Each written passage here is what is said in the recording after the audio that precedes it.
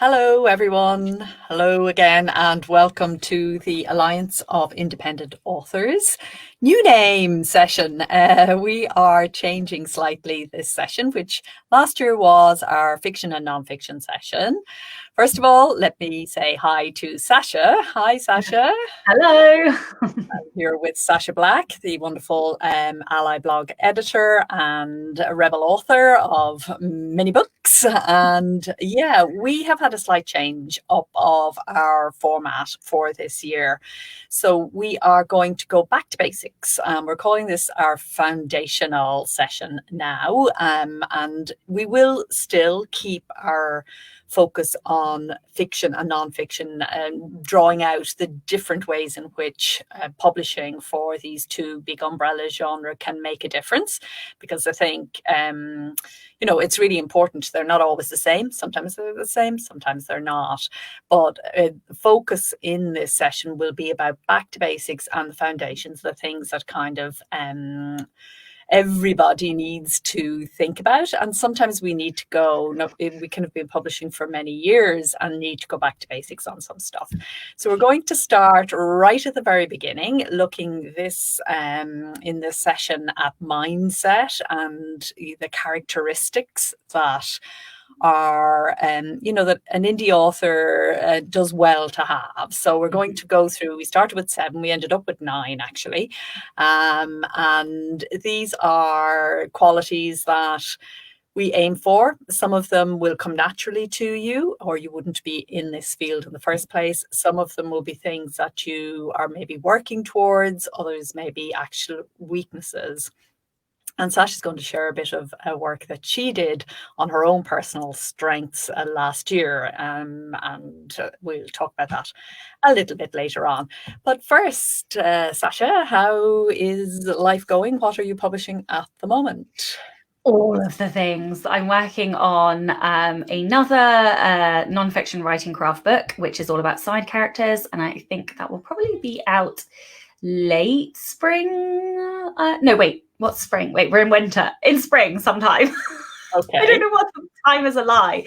So yes, that's what I'm working on. And then I'm sort of starting to plan other things later down the line. How about you? So that's what you're in the middle of. And you're going to do a session on side characters for SelfPublishing, aren't you? I am indeed. Yeah. So the book will definitely be out by then. So yeah, I will be doing a session there. I'm quite excited to do it on that actually.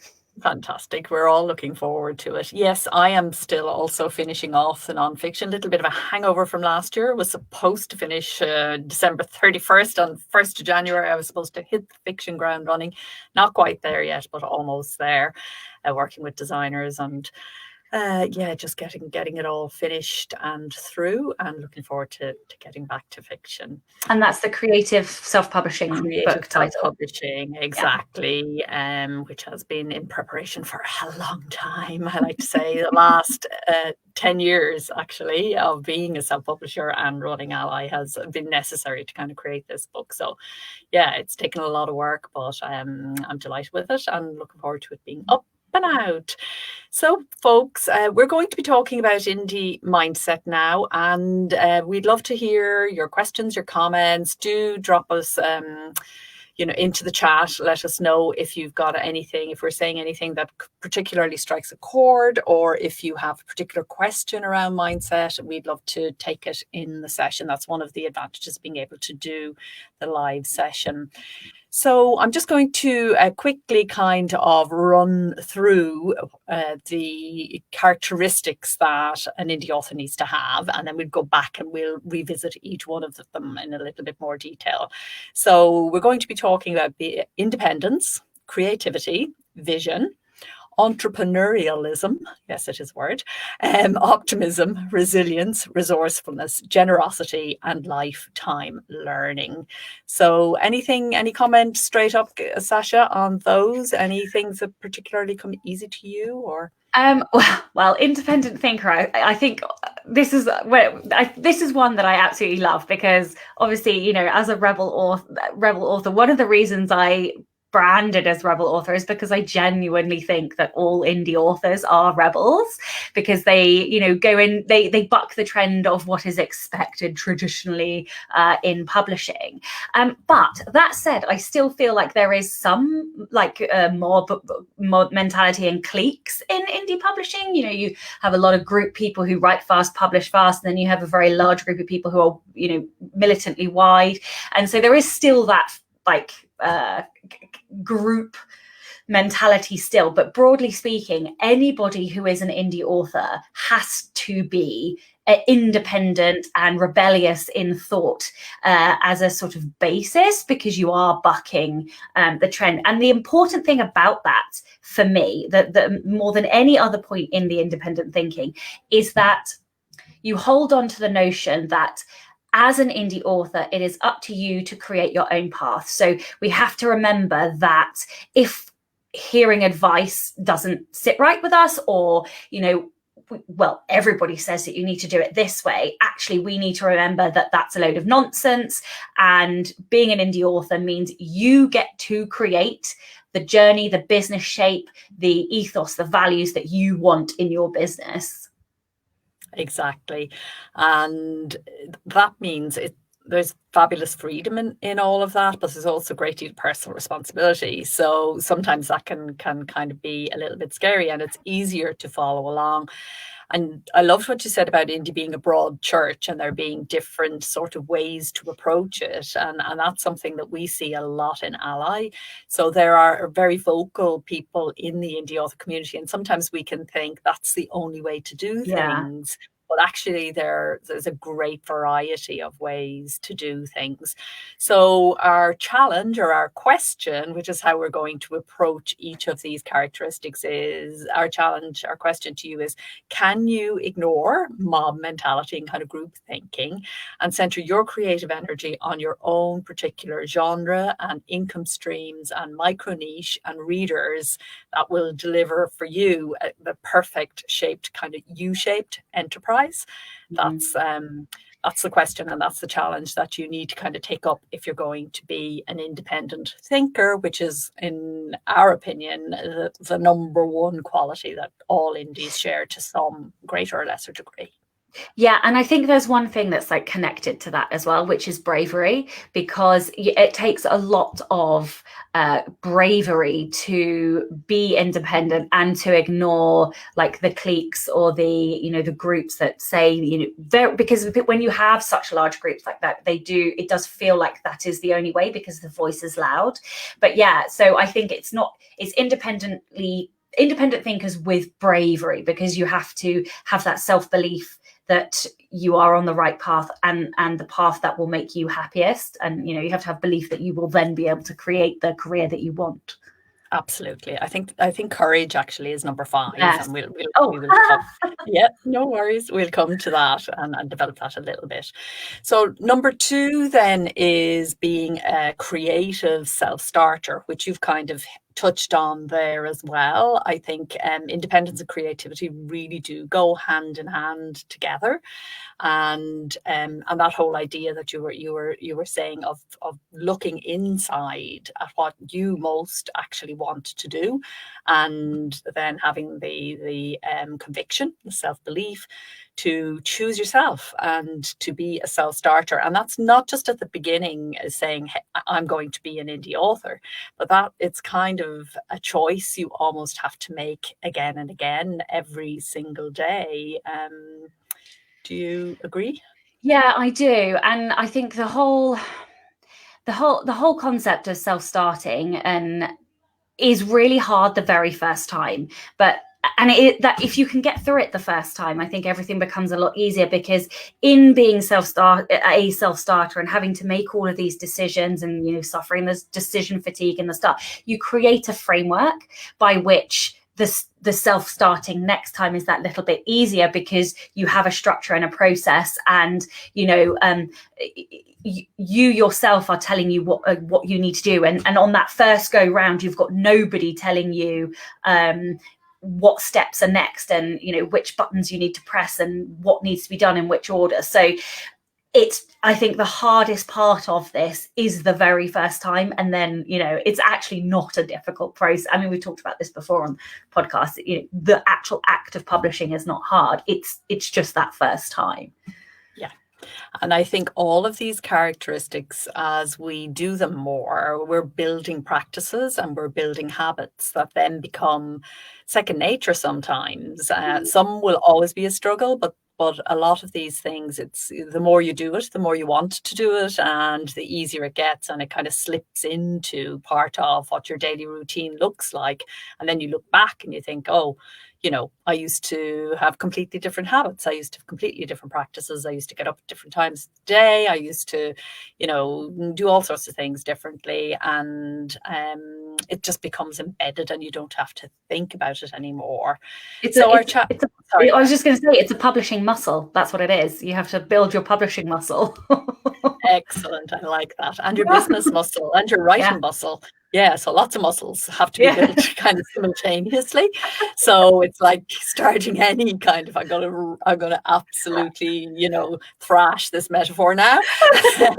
It's like any workout routine. When you start, it's really, really hard. The muscles are stiff. They're not used to being used. They, don't want to do it. And you have to really push yourself. But as your writing fitness and your publishing fitness and your business fitness grow and become more embedded, it all gets easier. That was a beautifully extended metaphor. There you go. Almost like you're a writer. I think I might try some writing. Yeah. So our challenge for you guys is, can you put yourself out there without anyone else to blame if things go wrong? Because I think this is one of the things about being a self-starter and an independent thinker. Can you step out of your comfort zone and challenge yourself, not just once, but again and again? And can you actually embrace the opportunities and the abundance that self-publishing offers? I think, it can be overwhelming, and it can be easier to kind of just step away from it all and just do the obvious thing. But actually throwing yourself into all those opportunities and choosing the ones that are exactly right for you, that is the challenge. So number 3 is a clear-eyed visionary. So thinking about this is about the ability to kind of project and to see the end point that you want to reach and understand why you want to reach that particular endpoint, why that is your definition of success, if you like, and your ability to actually figure it out, how you're going to get to it, what it is, why you feel that way, and how you're actually going to get there. And this is a process. This isn't something that's just a one-off thing. You get it and you go forever. This is constantly evaluated and redone and refined as you go through writing your books, and it changes over time as well. But it's really about the ability to do it. It's the skill of actually of being able to envision an end point. Is that part of your process consciously? Yeah, I one of my strengths, and this is, I'm sure we'll talk about this, is like strategy. I think, or strategic it's called. So for me, it comes naturally to think down the line and to crystallize visions. But I have to say, when I started, I had a very general idea of what it was that I wanted. I knew that I didn't want to be in a day job. I didn't want to work for the man. I wanted to work for myself, have no boss. And even though now I realize that means working far longer than I ever worked in a day job, so I sort of had this vague picture of what working for oneself might look like, and that was it. And then the more you learn, the more you write, the more you absorb about marketing and business, the easier that vision becomes to crystallize. So for anybody who is listening and is less clear exactly what they want, other than the knowledge that they want to write books full time, that's fine. You can't always have it. You only know what you know. And the more you learn, the wider your vision and your periphery vision grows. And so therefore, the easier it becomes to see more, know more, and therefore crystallize more. Very good. Maybe this is a good point to tell people about the exercise you did with your strengths and weaknesses last year, because that was really interesting experience for you. Yeah, so I took I never know if it's called Gallup Strengths now or Clifton Strengths, but I took the that test, and it basically tells you your top 10 strengths, and the concept is to focus on improving what you're already good at, because you can 10x those strengths rather than trying to improve your weaknesses where you'll only get small improvements. And I took coaching via Becca Syme. She's also an indie author. I'm not sure if she's traditionally published as well, but she's definitely an indie author anyway. And it just changed everything. It's changed my processes. It's changed my self-awareness. And I've been able to, my number one strength is competition, which I still struggle sometimes to admit, that basically I'm extremely competitive. But the benefit of knowing that and recognizing it and continuing to learn, which is obviously one of the points in later down, is that I have been able to change and iterate processes in my business and shift my mindset. More than anything else, it's a mindset shift. And I know that if I really want to achieve something, then I need to engage my competition and make something a competition. It doesn't need to be a competition against other people. It can be a competition with myself. Like, can I beat my word count? Can I get more pre-orders this time? And it's all about framing, how I frame my business. And then there are other things, like if I get blocked or I am stuck in a plot hole, I know because of my strengths that there's one of two things I need to do. Either I need to go and input something. I either need to read or binge watch TV or research something. I just need to take in inspiration, or I need to learn about something, because those two are the two things that generally unstick me from problems. So in learning about these strengths, I've been able to fix problems quicker in my business, fix plot holes quicker. I've been able to produce work faster. So yeah, I mean, this was probably very much linked to our last point, our last strength, which is lifelong learner. Well, I feel like it's more closer to that, but yeah. And we'll come back to it there, and we will include the link to that particular body in the show notes. But of course, there are lots of these available to us online. So if you're not sure, the point really of kind of going into that a little bit was, if you're not sure what your strengths and weaknesses are, if you're listening to what we're talking about in terms of characteristics, you're saying, eek, I don't have any of that. Sometimes we're not the best judge of our own strengths and weaknesses, and it can be really good to get an outside perspective on that if we're unsure. Yeah, because I swore blind I wasn't competitive. Well, there you go. Yeah. So number 4 then is being an entrepreneurial activist. I put in, I'm not sure if it's quite the right word, but I wanted to get a sense of, can you be proactive and plan for the outcomes that you want, which is connected to the vision thing. But making a plan, invest in yourself, invest in your business, and take mindful risks where necessary in order to kind of achieve your intentions. And also to underline the fact that an indie author, unlike authors in other situations and unlike freelance writers, we are actually business people. We're not freelancers providing content. We actually run a business, and therefore we need to have an enterprising kind of approach to how we do what we do. And the more we have that enterprising approach, the more likely it is that we're going to do well. So the challenge question here is, can you follow your passion and your mission all the way into successful selling? Which is, writers can very often follow it all the way into finishing the book, which in itself is a huge challenge. But can you actually follow it all the way into building a business? Yeah, it's usually the hardest bullet to swallow, I think, the old selling and being the entrepreneurial and business side. A lot of writers are more than happy to produce the books, but, selling is hard because we have to be vulnerable, I suppose, when we put out, if you're saying buy my whatever, then you're putting yourself out there, and that is making yourself vulnerable, and that's hard. But suck it up, get on with it. Sell some books. Big girl and boy pants now.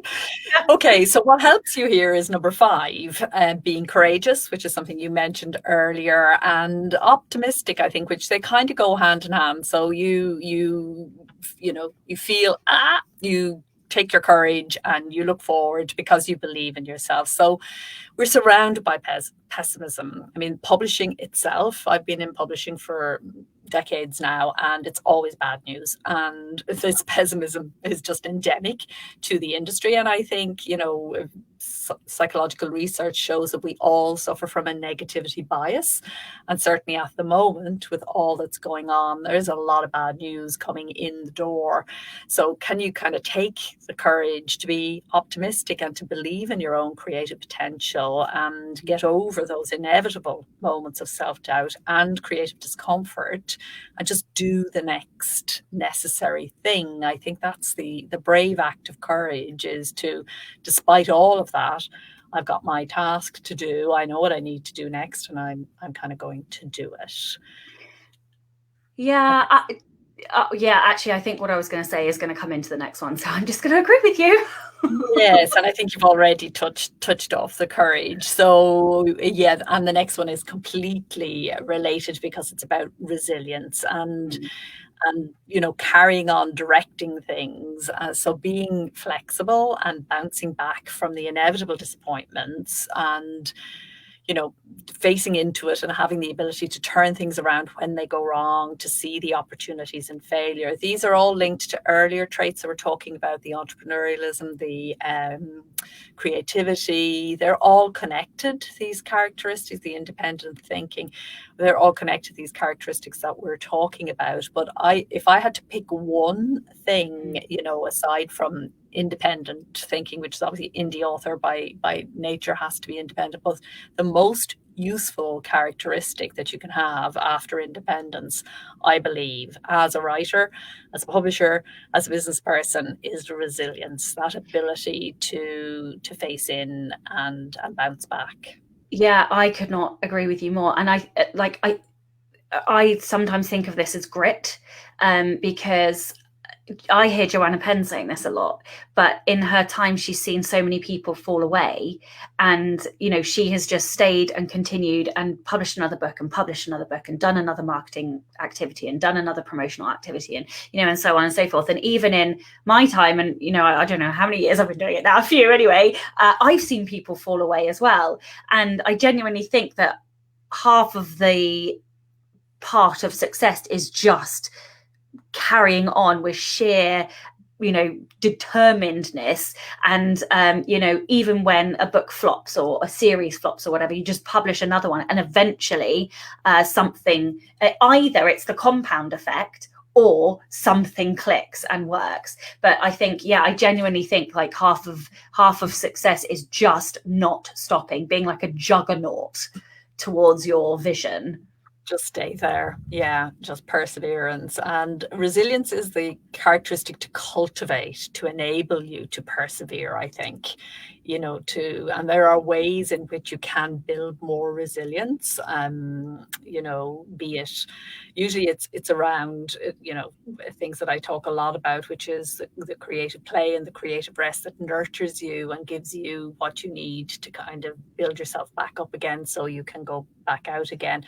We're taking risks all the time, and so you need to have a sort of a safety net from which you can bounce out and take your risks and then come back and restore and renew and so on. And it's really important. And I think one of the reasons that people fall off is that they don't cultivate resilience. They don't know what actually does nurture and renew them, and so they stretch it until they are burnt out or exhausted or just frazzled and feeling exposed and just unhappy.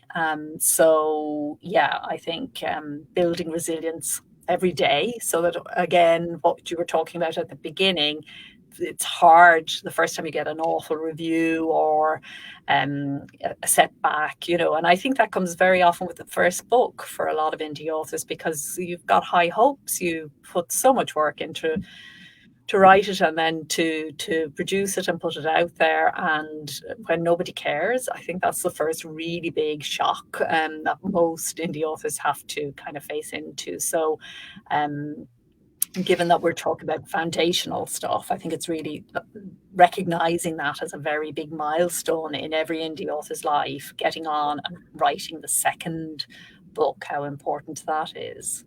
Yeah, I completely agree. The first book, even though almost we love it the most, it's always the one that's the least well rated, the least well loved, but that not a sign of our progress, though, that the later books and subsequent, it hurts obviously because it's usually the book that took the longest, but ultimately, yeah, it shows growth when those subsequent books are well loved. But it does grit to pick yourself up and carry on after that.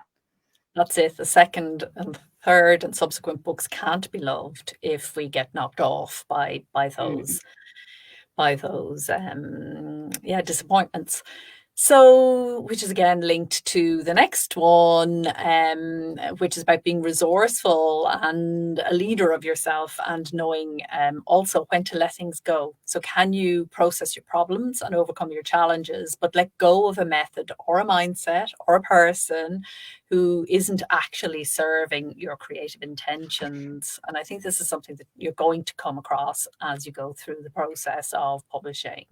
So I always feel like this is the one I wish, like, if I could go back and tell Sacha before she quit her job, which one would be the hardest. This is the hardest one, because I don't know if this is just for me personally, but the thing that I find most difficult is when there's like a tech issue, or when there's a file issue, or a public, when I've uploaded the wrong file to a pre-order that's locked down. There is nobody to hold your hand and fix that problem for you, like you would have in an office where you have a whole team of people to support you. And if I could go back and tell, baby Sacha, what would be the hardest, it would be to prepare for those moments when something goes wrong and you are utterly on your own, except that you're not really when you're an indie author. And this is the thing that I know now, and also I still find difficult. But the community is so giving and so wonderful that you only have to post in a group, and usually you'll get 20, 30, 50 responses of how to fix it or things that you might be able to do. But asking for help is really hard. Well, it is for me anyway. But this is the thing that this is the thing that I wish I could tell, past me, is that it's okay to ask for help, but also you are going to have to fix some very complicated things by yourself, and you have to you have to do it essentially. Yes, and I think this quality of being resourceful and realizing that it's learning by doing. It's actually, as you're doing it, if you can realize and be conscious of the fact, I'm not just fixing a problem and getting frustrated because it's not going my way. I'm actually learning a skill that's going to stand to me the next time this happens, or in other situations. And that, I think, is that sense of resourcefulness, and is a really important characteristic. And then you touched off again, you're just seeing this beautifully, Sacha, generosity. You mentioned there a moment ago, and that's number 8. I think definitely helps in this business to be a generous contributor. You will benefit from the generosity of other ally members and other indie authors. But being a generous contributor yourself is actually a hugely important characteristic in order to understand the full kind of give and take and that goes on within the community. So the challenge here is, can you be a giving participant in literary and publishing culture? Leave a legacy, make a positive difference, share your success. Can you treat other authors and influencers with respect and help others to grow, and spend time and energy in the networks that you're part of, giving as much, at least, if not more, than you aim to take, and acting without an expectation of getting stuff back. So in other words, catching that wave of generosity that is so characteristic of the community and becoming a net giver, or aiming to do that. I think that's it's a really, the indie authors who do best actually come with that attitude built in, I think. And sometimes we have to cultivate that. Sometimes when we see other people doing better than us, or doing well and we don't understand why, and we can feel less than generous. So cultivating that spirit of generosity, I think, is automatically brings other things like the courage and the strength and the resilience and the creativity, all are wrapped up in that. Mm-hmm.